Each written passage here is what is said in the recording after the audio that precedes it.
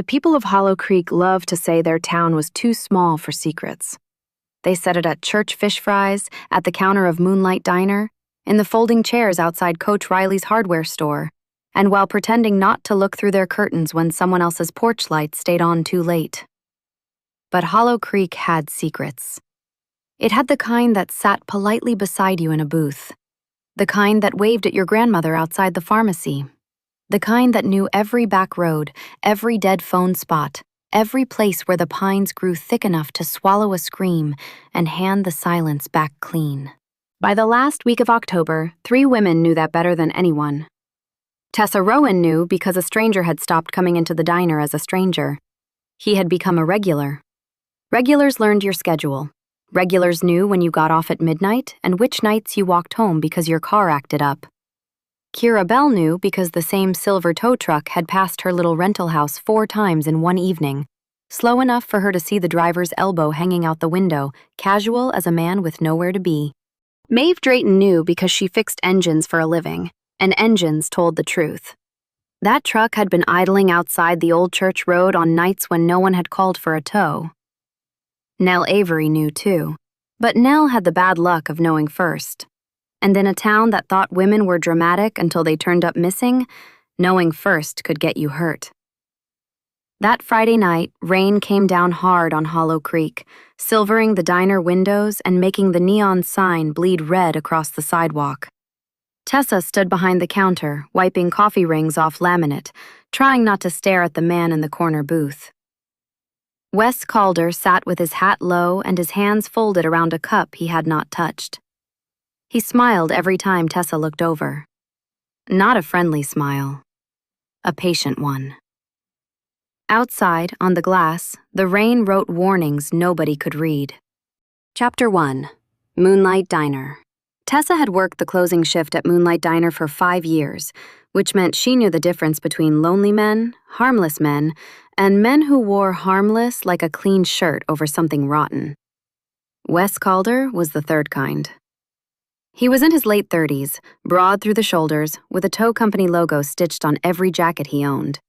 Around town, people called him useful. If your battery died, Wes came. If your tire blew on Route 9, Wes came. If your keys locked inside your car in the grocery lot, Wes came with a slim piece of metal and a grin that made older ladies say he was raised right. Tessa had believed that too, once. Then he started asking questions that did not sound like questions until later. "Your sister still living up by Briar Ridge?" he had asked one night while she poured him coffee. Tessa had paused. "I don't have a sister." "Thought you did." Wes had smiled down into his cup. "Must be thinking of somebody else." 2 nights later, "You get nervous closing alone?" Another night, "Pretty girl like you should have somebody walking you home." Then, finally, on a slow Wednesday with only the fry cook in the back and a storm pressing hard against the windows, he had said, "Women in this town trust too easy." Tessa had laughed because that was what women did when danger entered the room politely. They laughed, stepped back, pretended they had not heard the threat inside the sentence. But after that, she started parking under the light. She started texting Maeve before she locked up. She started noticing the silver tow truck. Maeve Drayton was the first person Tessa told. Not because Maeve was the toughest woman she knew, although she was, but because Maeve never made women feel stupid for being afraid. Maeve ran Drayton Auto after her father retired to Arizona and left her the keys, the debt, and a line of local men who thought they could explain engines to her while she was under the hood fixing what they broke. She wore her hair in a thick braid, kept a wrench on her belt, and had a way of looking at people that made lies feel underdressed. When Tessa said Wes had been sitting outside the diner after closing, Maeve did not say, "Maybe he's just waiting for a call." She said, "How many times?" Tessa swallowed. 5, maybe 6. Maeve's face did not change, but her hand tightened around the paper coffee cup she was holding. "You should have told me at 2. I didn't want to make it a thing." "That's how things get made," Maeve said. "By women trying not to make them." That was Maeve. Blunt enough to bruise, honest enough to heal. Kira Bell joined them that same afternoon, stepping into the auto shop with wet curls stuck to her forehead and a grocery bag clutched like it had offended her. Kira taught second grade at Hollow Creek Elementary and had the kind of voice that could soften a room full of wild children, but that day her voice shook. "Is Wes Calder friends with either one of you?" she asked. Tessa and Maeve looked at each other. Kira's eyes filled before any of them spoke. "Because I think he's following me." The shop seemed to go quiet around that sentence. Outside, a truck hissed by on wet pavement. Somewhere in the back, Maeve's radio played an old song low enough to sound like a memory. Kira set the grocery bag down on the counter. "I know how it sounds. I know everybody likes him. I know he's helpful Wes. But I saw his truck near my house Tuesday, then again Thursday. Last night he was parked by the playground when I left school late. I took a picture, but it's blurry." "Show me," Maeve said. Kira pulled out her phone. The image was dark and streaked from rain, but the truck was clear enough. Silver, company logo. One headlight dimmer than the other. Maeve leaned closer. Tessa felt cold move through her stomach. "That's his," Maeve said. Kira closed her eyes. "I thought I was losing my mind." "You're not," Tessa said. And that was the first moment they became something more than three women comparing fear. That was the first moment they became a problem for Wes Calder. Chapter 2. Nell's Warning. Nell Avery owned the only beauty shop in Hollow Creek, which made her half stylist, half unofficial therapist, and half town security camera. Nell saw everything. Who came in with bruised pride after a divorce? Who changed their hair when they were about to change their life? Who sat under the dryer pretending not to cry? Nell had a laugh that filled rooms and acrylic nails the color of blackberry jam. She was the kind of woman who called everyone baby and meant it, even when she was mad. So when Nell went quiet, people noticed. She missed Kira's standing Thursday trim without calling. She missed church choir practice. She did not answer Tessa's text about borrowing a black cardigan. By Sunday morning, the whole town knew Nell was taking some time, but nobody seemed to know from what. Maeve did not like it. She drove Tessa and Kira to Nell's little yellow house on Sparrow Lane after the diner closed early for a plumbing issue.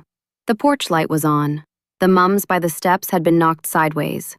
A half moon of broken ceramic lay near the welcome mat. Kira whispered, "Maybe we should call someone." Maeve was already out of the car. "We are someone." Nell opened the door after the fourth knock. She looked smaller than usual in an oversized sweatshirt, hair wrapped in a scarf, eyes swollen with the kind of tired sleep did not fix. "Lord," Nell breathed when she saw them. "I knew it would be y'all." Tessa stepped forward. "What happened?" Nell looked past them toward the street before pulling the door wider. "Come in, and don't stand in the light like that." Inside, Nell's house smelled like coconut oil, lavender spray, and old fear. She had quilts over the front windows, chairs pushed against the back door, and a baseball bat leaning beside the sofa like a guest. No one sat down. For a long moment, Nell stared at the floor. Then she said, "Wes came by last week, said somebody reported my back tire low and he wanted to check it. I told him I didn't call him. He said he was just being neighborly." Maeve's jaw tightened. 2 nights later, Nell continued, I saw his truck parked at the end of my block, lights off, engine running. I told myself I was being silly. Then Saturday, I found this on my windshield." She reached into the pocket of her sweatshirt and pulled out a small plastic bag. Inside was a silver hoop earring. Kira frowned. "Is that yours?" Nell's mouth trembled. It belonged to Raina Webb. The name dropped into the room like glass. Raina Webb had left Hollow Creek 3 years earlier, or that was what people said. She had been 24, pretty, restless, always talking about moving somewhere with more stoplights and less judgment. One day her aunt told everyone Raina had gone to Georgia. The town accepted it because towns accepted whatever story let them sleep. But Nell had done Raina's hair the week before she disappeared. She was scared, Nell said. Wouldn't tell me why. Kept looking out the window. I remember those earrings because she said they were cheap but made her feel expensive. One was missing when she left my shop. I found it under the chair later and kept meaning to give it back. But the one on my windshield wasn't the one I had. It was the other one. Tessa's skin prickled. Kira covered her mouth. Maeve said, "How do you know Wes put it there?" "Because he sent me a text from a blocked number 10 minutes later. It said, 'Some women should stay forgotten.'" The room went still. Tessa heard the refrigerator hum, the rain tapping the kitchen window, her own heartbeat climbing into her ears. "Did you go to Sheriff Baines?" Kira asked. Nell gave a bitter laugh. "Baby, Sheriff Baines went fishing with Wes last month, said it was probably a prank. Said Raina was grown when she left. Said blocked numbers are hard to trace. Said I should stop scaring myself with old stories." Maeve's eyes went dark. Of course he did. Nell sat down then, like her knees had resigned. "I think Wes knows I know something. But I don't even know what I know. I just know Raina did not leave happy. And I know that man likes women alone." Tessa thought of the diner after midnight. Kira thought of the playground parking lot. Maeve thought of the trucks that came into her shop with mud packed under the wheel wells. Women alone. That was the thing Wes counted on.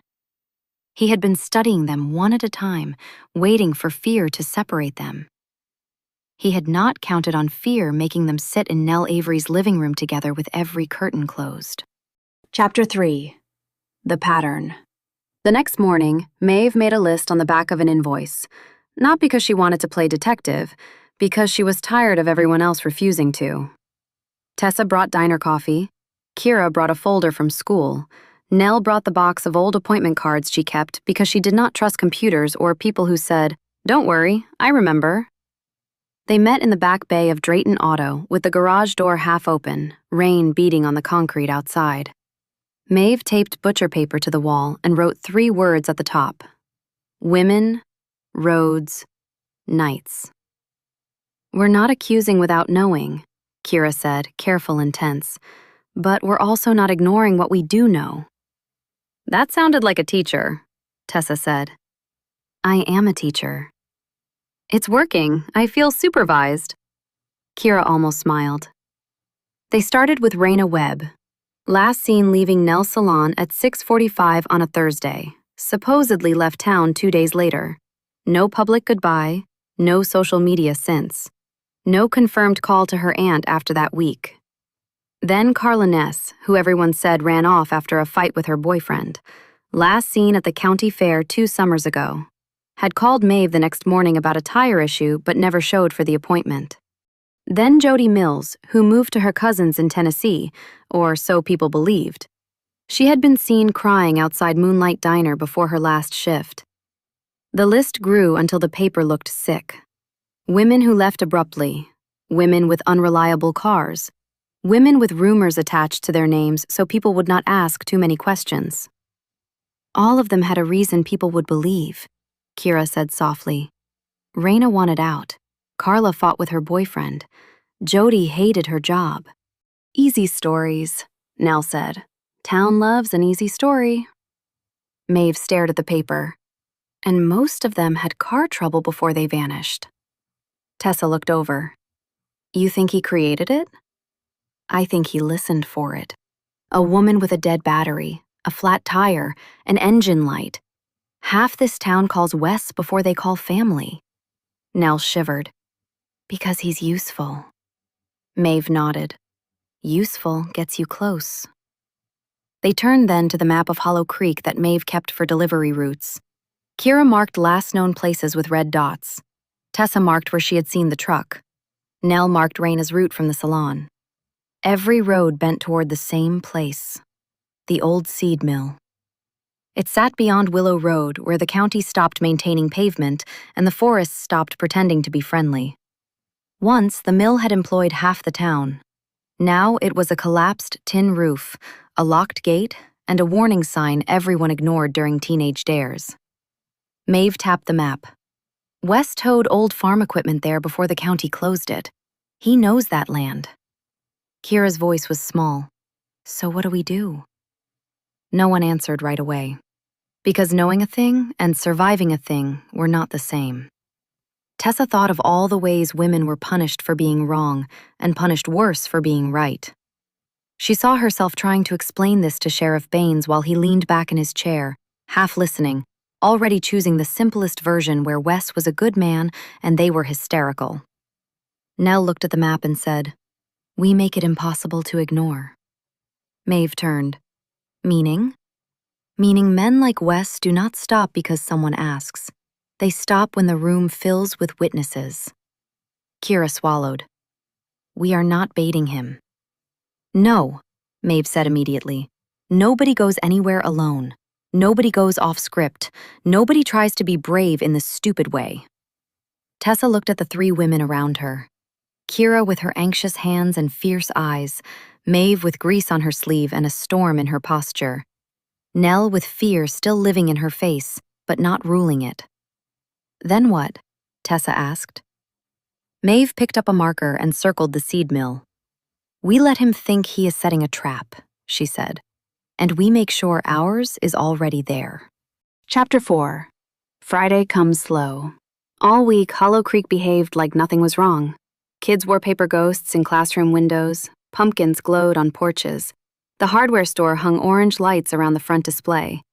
At Moonlight Diner, people argued about football, pie, and whose cousin made the worst chili at the fall festival. Tessa poured coffee and watched Wes Calder play normal. He came in Tuesday morning, sat at the counter, and asked for eggs over easy. Working late Friday?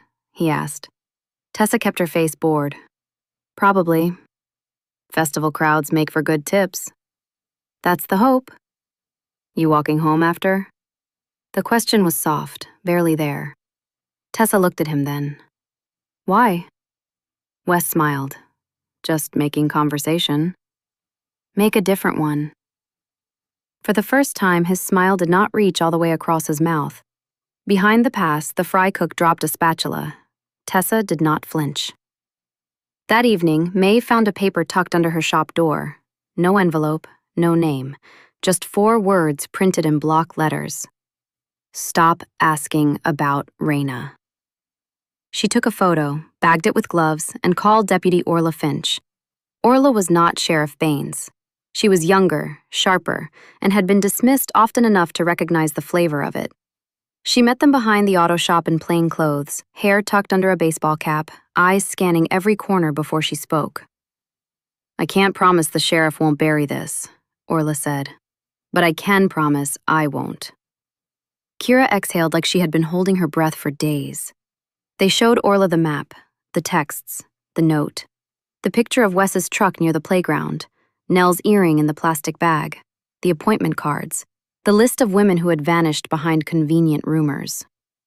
Orla's face hardened piece by piece. I knew Raina, she said. We were in the same grade. People said she left because saying anything else meant admitting we failed her. Can you get backup? Maeve asked. Not without proof Baines can't wave away, but I can call state police if something active happens. Orla looked at the map. And I can be nearby Friday. Not in uniform. Not obvious. Tessa did not like how that sounded. Nearby where? Maeve answered before Orla could. The mill. Kira shook her head. No, this is where we stop. We gave you everything. You handle it. Orla's expression softened. I want to, but if I go to the mill on a hunch and Wes is sitting at home watching TV, Baines ends this before it starts. And if we do nothing? Nell asked. No one answered. They all understood the shape of Friday. The fall festival meant crowds, noise, out-of-town plates, women leaving late, cell service strained by too many people on too few towers. It meant confusion. It meant cover. It meant Wes would have opportunities. Nobody is going alone, Maeve said again, almost to herself. He doesn't get one of us alone. Then he won't bite, Nell said. Tessa stared at the map until the roads blurred. Then she remembered something Wes had said months ago when her car would not start and he had leaned over the engine like he owned the world. Women in this town trust too easy. Maybe that was it. Maybe he did not need them alone at first. Chapter 5. The Night of the Festival. Friday came dressed as a celebration. Hollow Creek filled with hay bales, cider stands, paper lanterns, and children running wild under strings of orange bulbs. The church sold apple fritters. The high school band played too loudly near the courthouse steps. Moonlight Diner stayed packed from noon until nearly midnight. Tessa worked until her feet ached and her smile became something she had to hold in place with force. Wes sat in the corner booth for the last hour. He ordered coffee, then pie, then nothing. At 11:47, he walked to the register and placed exact change beside the tip jar. "Careful going home," he said. Tessa met his eyes. "Always am." His smile twitched. "Not always." Then he left.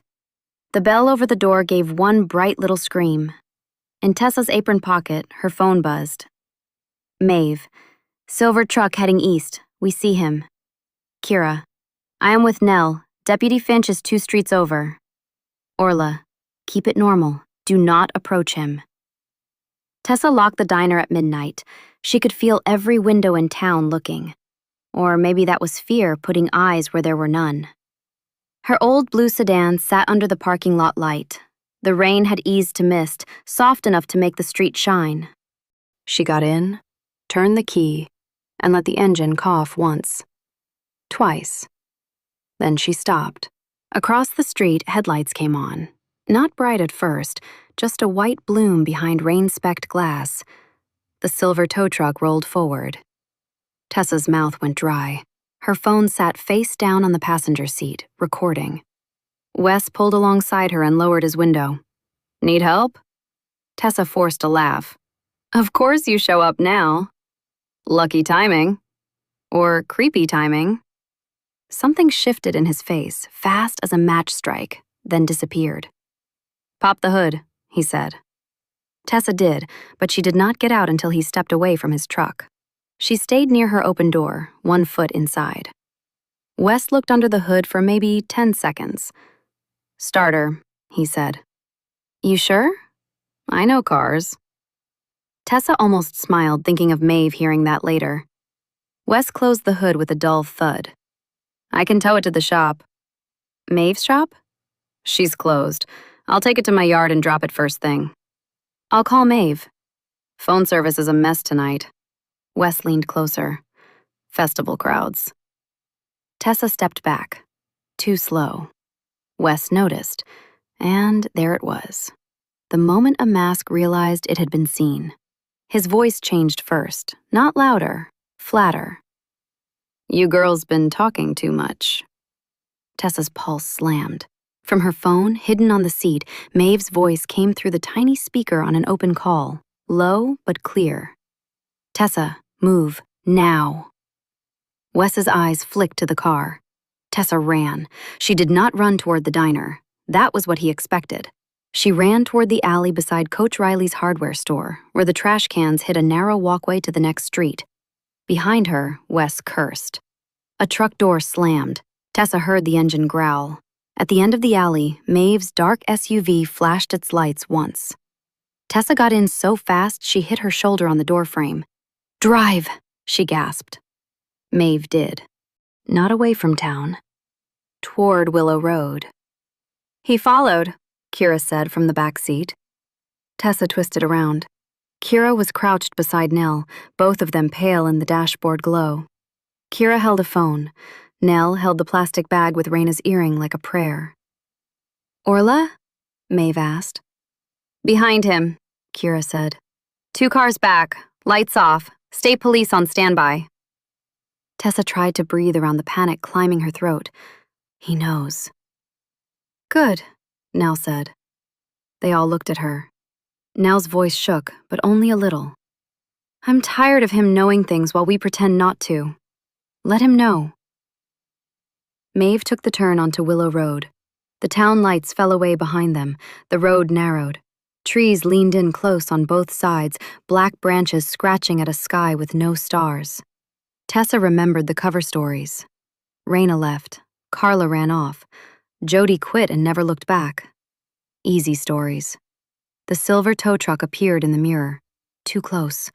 Maeve drove steady, not fast enough to lose him, not slow enough to let him hit them. That was the plan. Stay visible, stay moving, stay connected.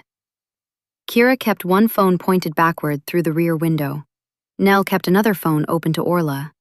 Tessa held the old handheld radio Maeve used in the shop, her hands trembling around it. "Mile marker 4, Maeve said. "Everyone ready?" No one said yes. They were not ready. Women were never ready for the moment the thing they feared became real. They just became something better than ready. They became together. The old seed mill appeared through the trees like a bad memory. Its chain-link gate hung crooked, the warning sign rusted white. Beyond it stood the main building, half-collapsed roof, broken windows, dark mouth of an entrance. Maeve turned into the gravel pull-off beside the gate and killed the headlights. "Out," she said. They moved, not into the mill, not into the dark. They moved to the lit space they had chosen earlier, where Maeve had parked 2 battery work lights behind an old concrete barrier and covered them with tarps.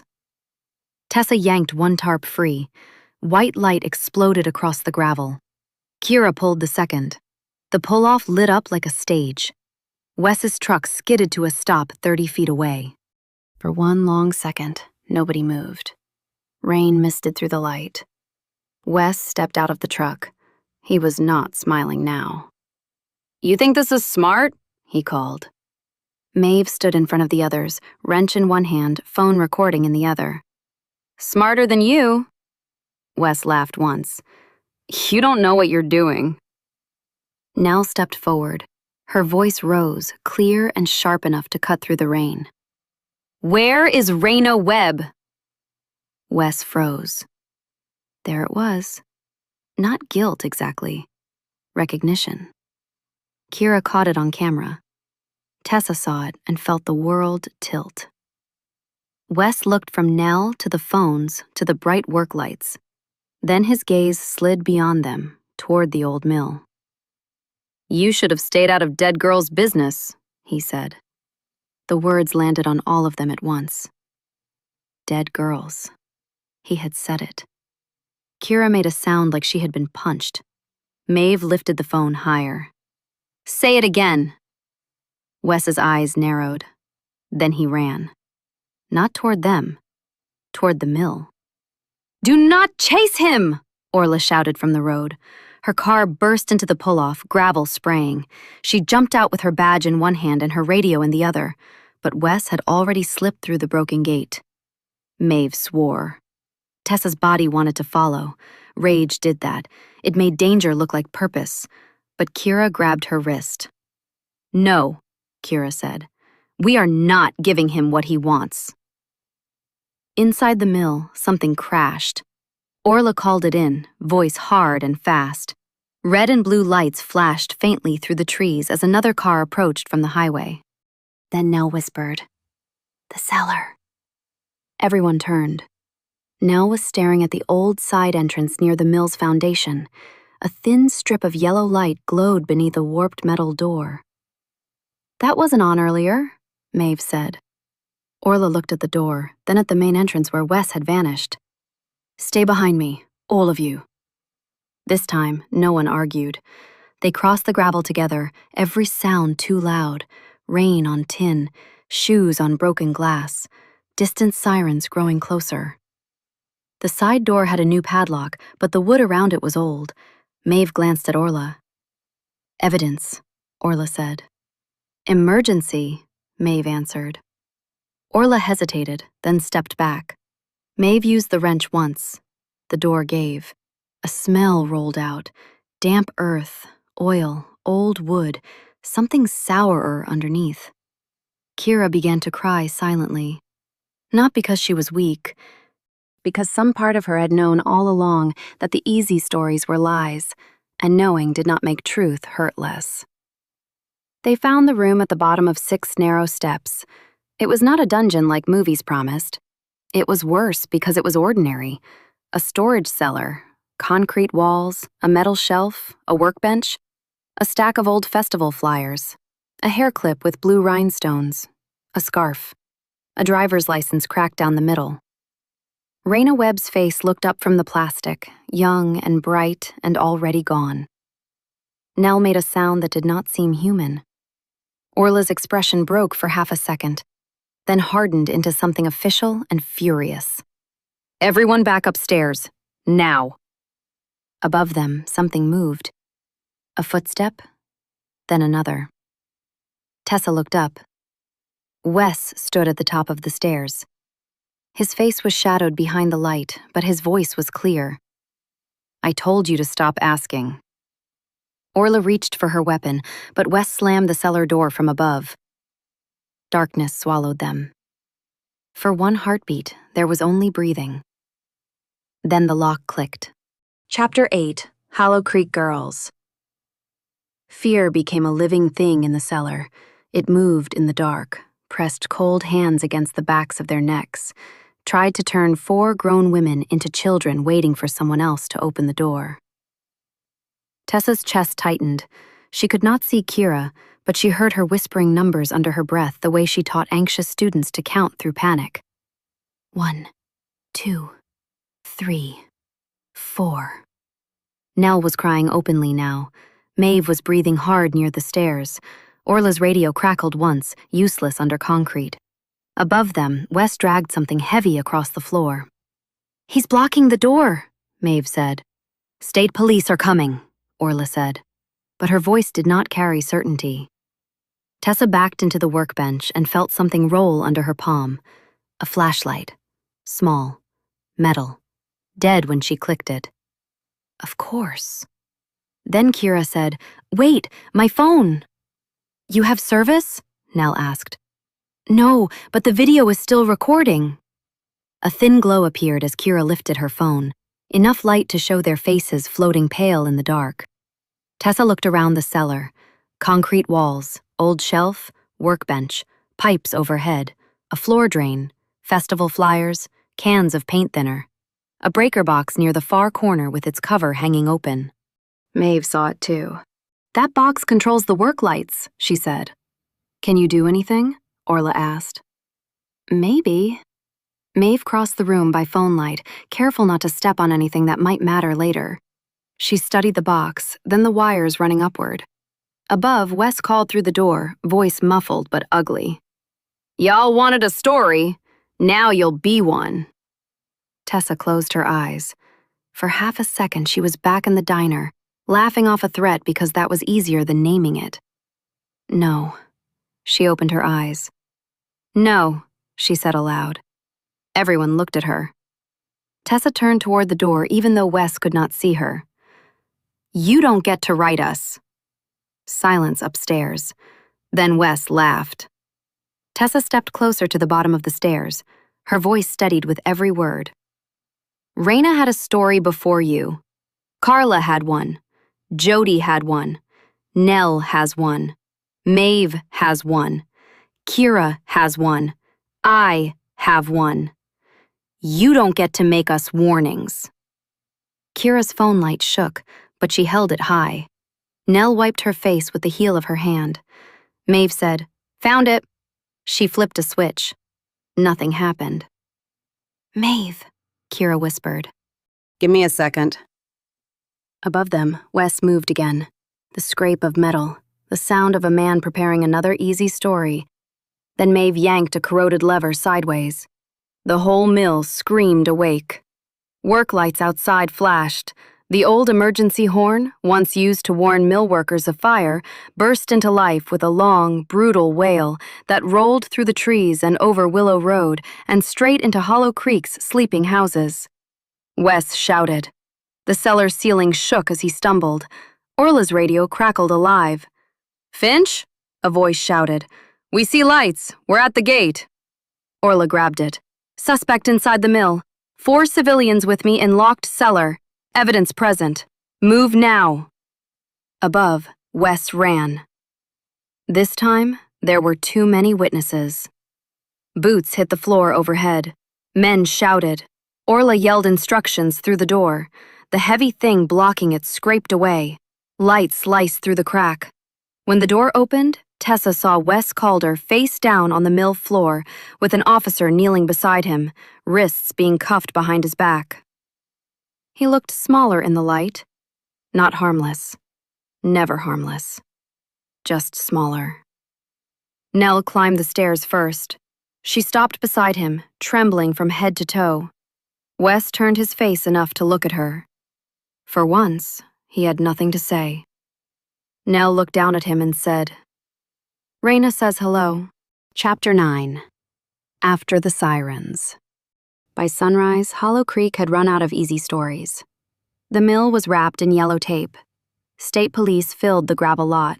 Sheriff Baines arrived late, red-faced and useless, then got quieter when Orla handed over the recordings and the first evidence bag. People came in bathrobes and boots, standing at the edge of the road, whispering into coffee cups. Some looked ashamed. Some looked hungry for details. Some looked like they were already trying to remember whether they had ever really trusted Wes Calder. Tessa wanted to tell them trust was not the point.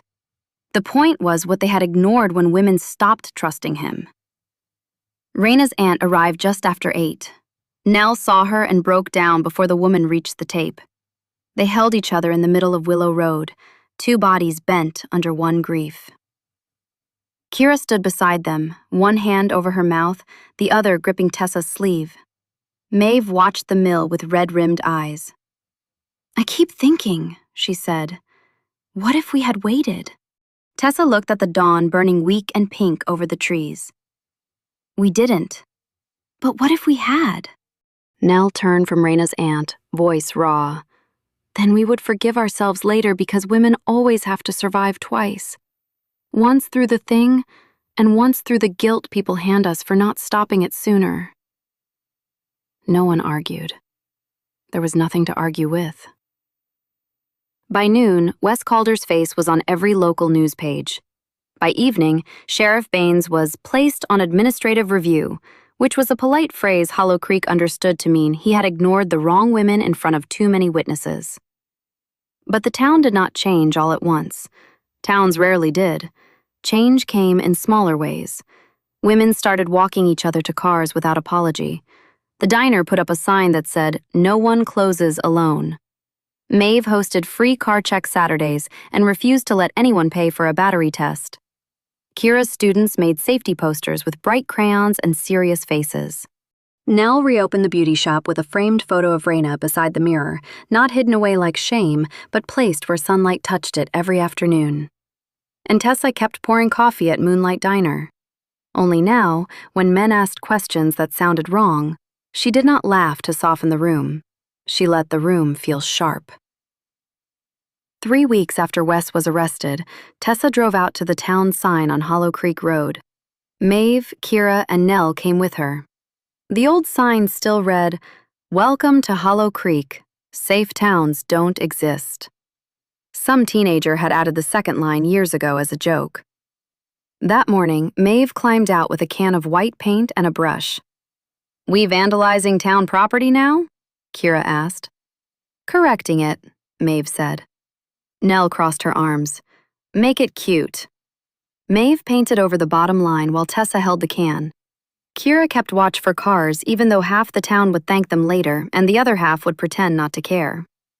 When Maeve stepped back, the sign read, "Welcome to Hollow Creek. We walk together." For a while, none of them spoke. The forest beyond the road was still dark in places. It always would be. The world did not become safe just because one bad man got caught. But the road felt different. Not innocent, not clean. Claimed. Tessa looked at the women beside her. Nell with her chin lifted. Kira with her tired, brave eyes. Maeve with paint on her knuckles and a half smile she was trying to hide. People would call them heroes for a few weeks. Then they would call them dramatic again when it became inconvenient to remember why they had to be brave. That was fine. They had not done it to be believed by everyone. They had done it because Raina deserved more than an easy story. Because Carla and Jody deserved names spoken out loud. Because Nell deserved to sleep without a chair against her door. Because Kira deserved to leave school after dark without checking every mirror. Because Maeve deserved to be trusted the first time she said something was wrong. Because Tessa deserved to close the diner and walk to her car like the night belonged to her, too. A truck passed, slowed, then kept going. None of them moved. Tessa breathed in wet pine, cold air, and the first clean morning Hollow Creek had given her in a long time. Then Nell hooked one arm through hers. Kira hooked the other. Maeve walked a step ahead, because Maeve always did. Together, they started back down the road toward town. And this time, the road was listening. This is the end of Hollow Creek Girls. Thank you for listening to a Quiet Cabin original.